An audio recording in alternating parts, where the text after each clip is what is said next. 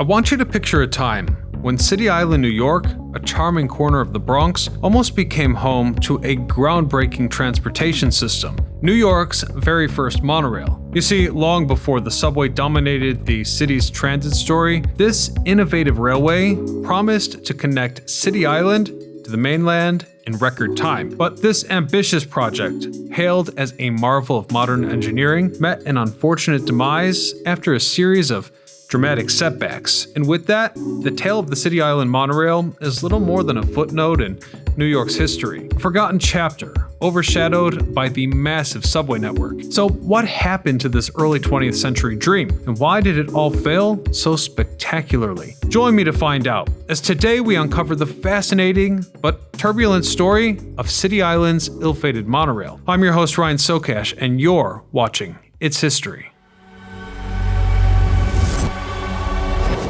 These days, City Island is a quaint neighborhood at the edge of the Bronx, but its history is complex as it's deeply tied to the greater New York area. Separated from the mainland by Long Island Sound, the island was a part of Westchester County until 1898, when it officially became part of New York City. This transition wasn't just bureaucratic, it was strategic. Residents voted to join New York City, swayed by promises of improved infrastructure, including a modern bridge to replace their aging wooden crossing. This bridge, completed in 1901, linked City Island to the mainland, offering a lifeline for the growing community. It also laid the groundwork for an ambitious transportation project that would define the island's brief experiment with cutting-edge technology, the City Island Monorail. The City Island Monorail wasn't built from scratch. Rather, it relied on existing infrastructure. Specifically named the Pelham Park and City Island Railway, this horse-drawn line, established in 1887, ran between Bartow's Station on the mainland and Marshall's Corner on City Island. While the horse-powered system was a marvel in its time, it was slow and prone to issues that frustrated travelers. But this would change, as by the early 1900s, the world was moving towards electric-powered transit, and New Yorkers were eager for a faster, more reliable solution, hence they took the one that was on the cusp. The 1907 Jamestown Exhibition in Virginia introduced a promising new design by Howard Hansel Tunis, a monorail that used a single ground rail with two electrified guide rails for stability. Pelham Park Railroad saw this as the perfect solution to modernize their service. By 1910, they had secured the inventor's support and began adapting his design for use in New York.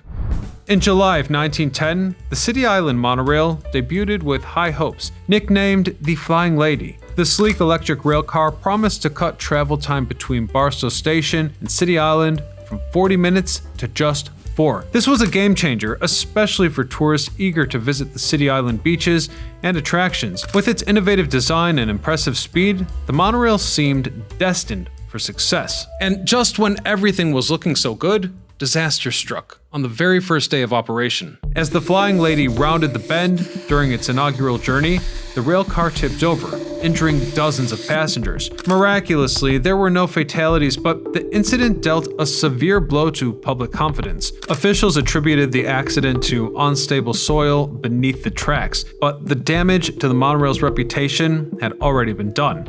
Still, the project's backers refused to give up. Hence, the monorail was repaired and reopened in October of 1910, only to face yet another catastrophe, as during its second trip, the rail car collided with an automobile, injuring both the driver and the passenger. Although the injuries were minor, the accident reinforced the perception that monorails were unsafe. Despite these setbacks, the monorail resumed operation in November of 1910. By this point, however, public trust had waned, and ridership remained low. As you might expect, without sufficient revenue, the monorail struggled to stay afloat. By 1914, it ceased operations altogether. The Third Avenue Railway Company purchased the line. They replaced the monorail with a traditional trolley system, which operated alongside the defunct monorail tracks. The dream of a monorail for City Island was over, but the idea of monorail transit in New York was not entirely abandoned. In 1930, there were renewed discussions about building a citywide monorail system. Proposals included quieter cars, more efficient motors, and futuristic designs to minimize noise. And so it was. The authorities permanently sealed the fate of monorails in New York City.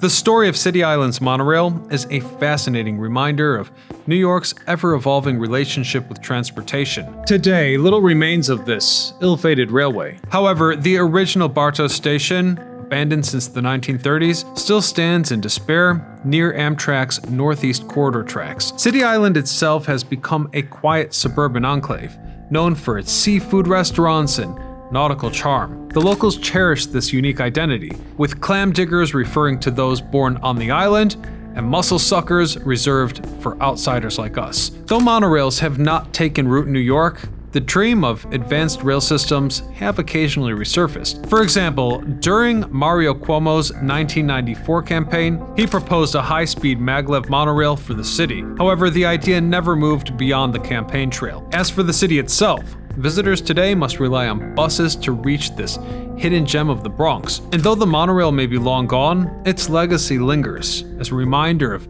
the challenges that come with bold ideas. So, what do you guys think New York's transportation system would look like now had this monorail succeeded? Let me know in the comment section below, and don't miss our story on New York's other forgotten monorail by clicking right here. Until next time, I'm Ryan Sokash, signing off.